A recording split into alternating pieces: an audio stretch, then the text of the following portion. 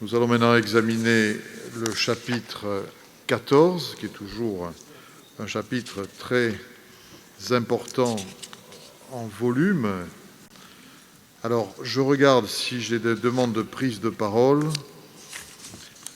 J'en ai une sur la 14-12, sur la 14-21 et sur la 14-33, la 14-34. Voilà. Donc on va se concentrer, si vous le voulez bien, sur celles que j'ai indiquées. Sur les votes, on les organisera de manière disjointe, comme c'est demandé souvent. Donc je demande à Dominique Fouchier de nous présenter synthétiquement la 12e délibération. Oui, Monsieur le Président, mes chers collègues, effectivement, un domaine important que l'aménagement et la politique foncière, en particulier à cette période de l'année où nous avons à approuver les comptes rendus à la collectivité des actes et autres formes juridiques de projets d'aménagement. Plus précisément, la 14-12 porte sur la zone de Paléficat, Rive de Lers, sur les communes de Toulouse et de Launaguet. C'est un traité de concession qui a été signé en 2019. Et donc, c'est un projet relativement récent où chacun comprendra que l'année 2020, sur ces projets d'aménagement qui sont au long cours, nous parlons d'un traité de concession de 25 ans, l'année écoulée, évidemment, est une année transitoire et marquée par le Covid. Lancement de la consultation de la maîtrise d'œuvre urbaine. Travail autour du projet d'accueil d'un collège, chacun l'a en tête, et amorce du travail sur le projet Agriville dans le cadre de Décide-moi Toulouse. En 2021, effectivement, la poursuite de ce travail avec le choix de la maîtrise d'œuvre urbaine et le travail concrètement, et la poursuite de la concertation, de la consultation qui a déjà démarré et qui trouve une place conséquente dans ce projet. Il s'agit d'un écoquartier qui permettra de renforcer les composantes paysagères et écologiques de ce site. Voilà ce que je peux en dire. À titre d'introduction, le bilan à ce stade est inchangé. Le bilan soumis à l'Assemblée est inchangé à un peu plus de 160 millions d'euros. Merci. Y a-t-il des souhaits d'intervention? Alors, Madame Morin. Alors, Monsieur le Président, chers collègues, je voudrais d'abord saluer la qualité de la vision d'Opidea quant à ce qui pourrait et devrait se faire sur la zone Paléficat, Rive de Lers, qui reste l'un des rares quartiers de Toulouse non urbanisés, avec une faune et une flore particulièrement riches. Le problème, c'est que l'on est dans la situation d'une personne à qui l'on a vendu du rêve, un superbe voyage vers les plages d'une île paradisiaque, et qui atterrit sur la sortie d'égout d'une grande ville du Pacifique. S'il y a bien eu constitution d'un groupe citoyen, auquel je participe d'ailleurs à titre associatif, on ne peut pas dire qu'il y ait eu une grande publicité pour permettre aux habitants et aux associations du quartier de postuler pour participer à ce groupe citoyen. En plus, les réunions se sont enchaînées tambour battant, et il était visiblement urgent de lancer le dialogue compétitif, et peu importe si les citoyens et les associations n'avaient pas toutes les réponses à leurs nombreuses questions, et s'il est très vite apparu, nous n'étions là que pour choisir la couleur des rideaux. Tout était verrouillé d'avance, et quand les habitants ont voulu parler densité de construction, ils se sont vus opposer des données qui seraient issues du SCOT et qui n'étaient pas négociables. Dixit Opidea. La délibération nous précise, entre guillemets, que l'intensité urbaine respectera le SCOT, 70 logements à l'hectare, ainsi que les objectifs de mixité sociale fixés dans le programme d'orientation et d'action du PLUiH en vigueur. Or, le PLUiH n'est plus en vigueur. Et cela interroge donc sur les moyens donnés aux agents de la collectivité pour actualiser les documents et s'assurer de la qualité du travail présenté à l'ensemble des élus afin qu'ils soient parfaitement informés. Surtout, nous aimerions savoir en quoi une densité de 70 logements à l'hectare respecte vraiment le SCOT. Nous sommes impatients d'avoir vos réponses argumentées et étayées, d'autant que face au groupe citoyen, il y a eu une débauche étonnante de communicants, d'agents de la métropole et d'Opidea, qui finissaient par être plus nombreux que les citoyens. Par contre, personne pour actualiser la délibération et mettre à jour le calendrier, pour informer les élus de l'interruption des travaux avec le groupe citoyen et donc de l'absence d'audition des 3 équipes postulantes. Tout ceci interroge sur la sincérité des documents présentés au vote des élus, et cela rappelle furieusement la problématique de la sincérité du PLUH que vous avez fait voter aux élus en 2019 et qui a fini annulé. Les 38 000 € dépensés pour organiser la concertation sont essentiellement des dépenses de communication qui n'augurent pas de la qualité de la concertation. C'est comme pour la rue de Metz, où nous serions curieux de connaître le coût de la concertation, qui a abouti à peine plus de 150 réponses pour choisir de quel côté planter les arbres, alors que l'association Archipel Citoyen, avec ses moyens financiers ridicules, a recueilli l'avis du double des personnes sur l'ensemble du projet. Et c'est là que nous nous sommes retrouvés dans Astérix contre les Romains, en mode soft, je vous rassure, et que toutes les qualités de nombre de nos concitoyens se sont heureusement manifestées, démontrant à quel point l'intelligence collective est un formidable moteur. Insatisfaits des réponses qui nous étaient données et n'acceptant pas d'être instrumentalisés, nous nous sommes réunis et nous avons commencé à éplucher le PLUH, le POA, le SCOT, le PCAET, plein de noms charmants, pour découvrir finalement que les informations communiquées par Opidea étaient tronquées et ne correspondaient pas aux préconisations des schémas précités. Nous précisons ici qu'il serait trop facile de mettre Opidea en cause dans cette affaire, alors que les responsables, ce sont les élus et leurs choix politiques. Nous ne nous connaissions pas pour nombre d'entre nous, et cela nous a permis de créer des liens qui vont nous permettre d'être désormais une force de proposition collective. Nous ne pouvons que regretter que les élus de la majorité n'aient toujours pas compris tous les bénéfices à tirer d'une concertation transparente, de qualité, à laquelle toutes les personnes directement ou indirectement concernées sont réellement invitées à participer.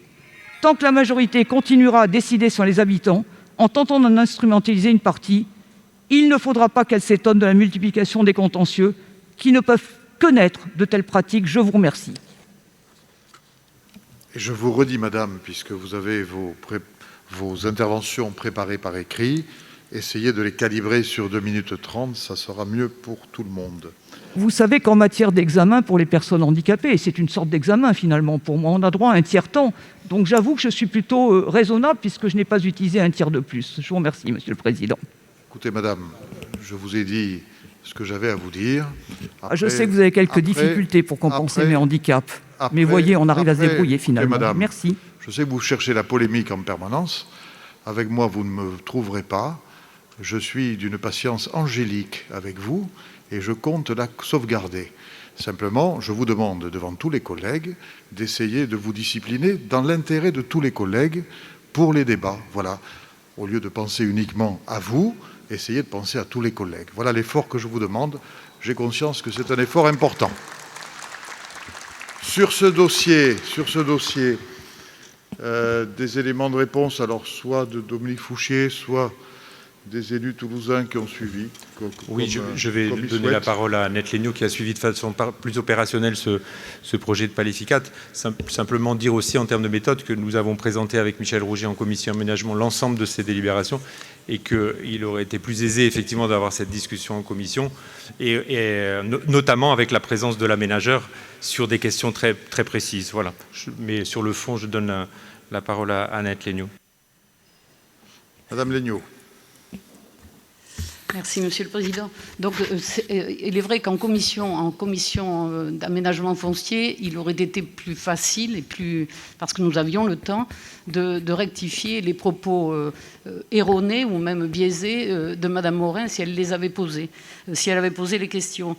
La concertation sur Palificat n'est pas récente, hein, c'est une concertation qui a démarré en 2014-2015. Donc nous travaillons avec les associations de quartier sur ce projet depuis fort longtemps et dès 2018 nous avions travaillé et posé sur le papier ce qui allait être les éléments qui permettaient le choix de l'aménageur. Donc un aménageur a été choisi en 2019 sur la base d'un projet global qui n'est pas un projet d'une programmation, d'un programme si je peux dire.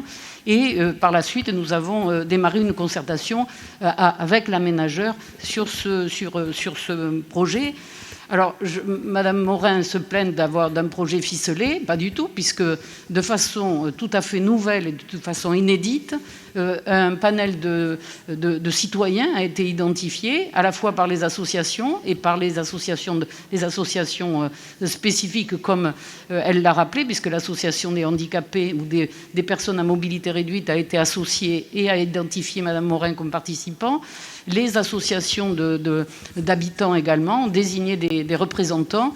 Et ce groupe de citoyens est associé à la concertation, est associé au choix du bureau d'études qui va nous accompagner. Donc, et sera associé également à la décision et au choix final. Donc pour l'instant, c'est un dialogue compétitif.